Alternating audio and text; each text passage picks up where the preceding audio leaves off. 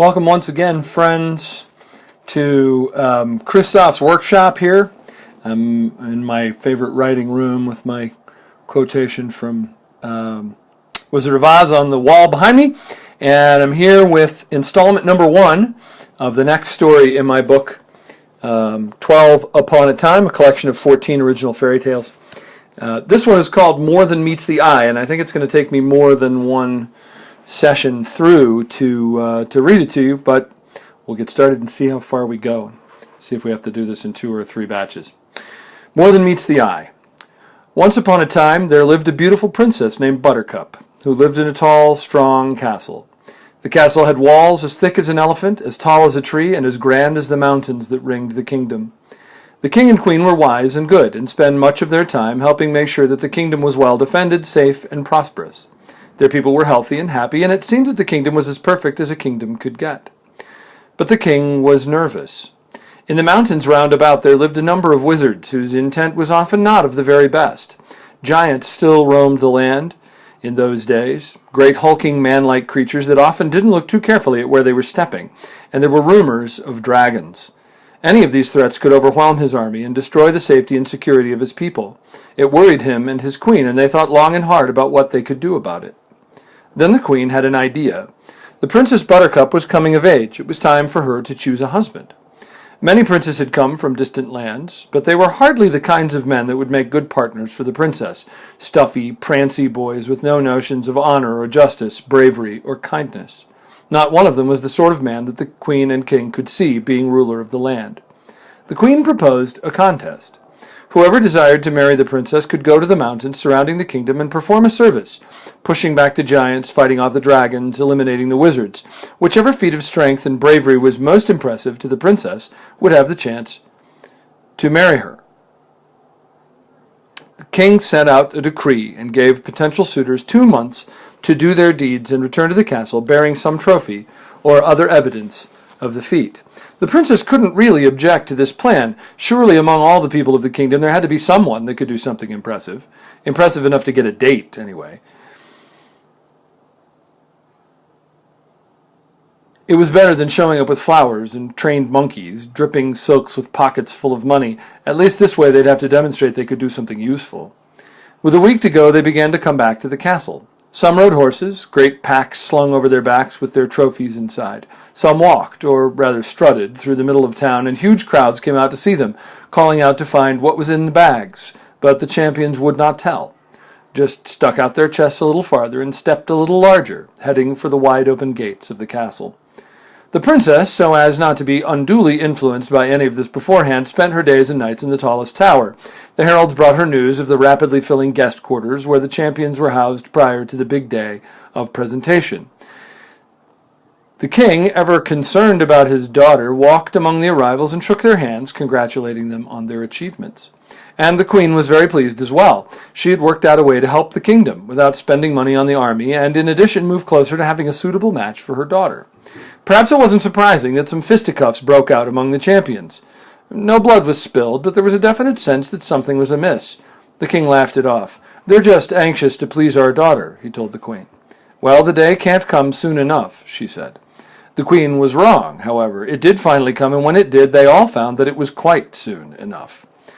The appointed day was late in summer, a golden, beautiful day with clear blue skies and warm sunshine, the kind of day that gets written about in poems. The princess put on her very best gown, and she and the king and queen gathered in the throne room to have the champions present their deeds. First up was Humperdinck, a small, stocky farmer from the edge of town. He wasn't particularly handsome, but he was strong, and he had gone up into the mountains to find a wizard that had been sending clouds to drop hail on his fields. His clothes were torn and muddy, and he had a smudge of dirt on his cheek.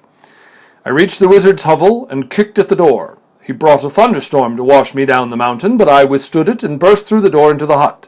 I found the wizard and threw him off a cliff. He won't trouble the kingdom any more." As a token of this, he brought a piece of the door he had broken and a swatch of cloak with 2 stars and a crescent moon on it. Everyone knew that wizards wore such cloaks, and there was much oohing and eyeing in the throne room. The king and queen examined their daughter for any sign that she was favorably impressed, but she sat on her small throne in between theirs with a face carved of stone. The king cleared his throat and thanked Humperdinck and asked him to step over to the side until the other champions had a chance to present their trophies as well. Humperdinck looked a little disappointed, but when a king asks you to do something, you do it. He gathered his tokens, and the next hero came forward. Before he could say anything, though, Humperdinck gave him a kick in the knee. He did it so quickly it was hard to see, and then he marched over to the side, as he'd been asked. The princess pursed her lips, but otherwise made no reaction at all. The next hero's name was Abelbitter. Abelbitter was a woodcutter, and he had gone into the woods one day and been confronted by a dragon. He tried to chop it, but his axe wasn't strong enough to penetrate the hide of the beast, and he'd broken the haft in the end. "When I heard about the contest," he said, "pardoning your majesties, I'm sure, I knew I had to try it again, so I made a special axe out of a piece carved from the roof beam of my house, and an axe head from the armor of my father, who was a great knight, as I'm sure you remember, your majesties, and I went up into the mountains to find that dragon. I hiked for almost a month, and it's very cold up there. I wonder if you could do something about that, your majesties, but I finally found a cave where all the ice melted and smoke poured out from the mouth of it, and I knew I'd found the right place. I gripped my axe and charged into the cave and chopped the dragon to bits."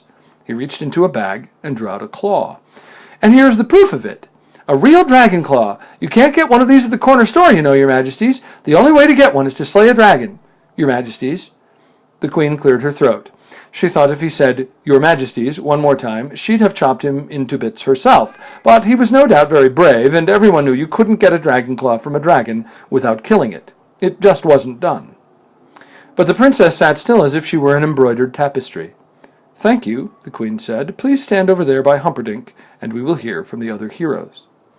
Abelbitter looked disappointed as well, but he couldn't very well refuse an order from the queen.